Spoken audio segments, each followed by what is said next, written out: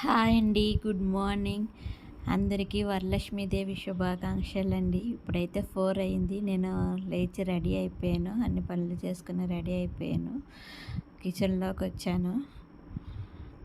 ఇంకా స్టార్ట్ చేద్దామండి. ప్రసాదాలు బాగా రావాలి కదా! అందుకే ముందు బాగా మంచిగా రావాలని మొక్కుకోండి. నేనైతే రెడీగా ముందు అయితే బూరెలు పూర్ణము దానికి వడలకి ఇంకా పులిహోరకి రైస్ పెట్టేశానండి.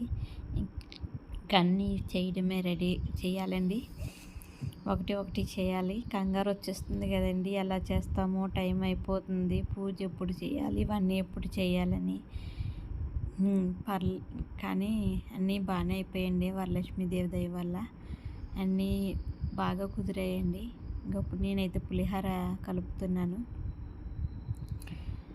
బూరెలు వేసేసానండి, ఇంకా గారెలు వేసేసాను, ఇంకా పాకం గారెలు కూడా వేసేసాను.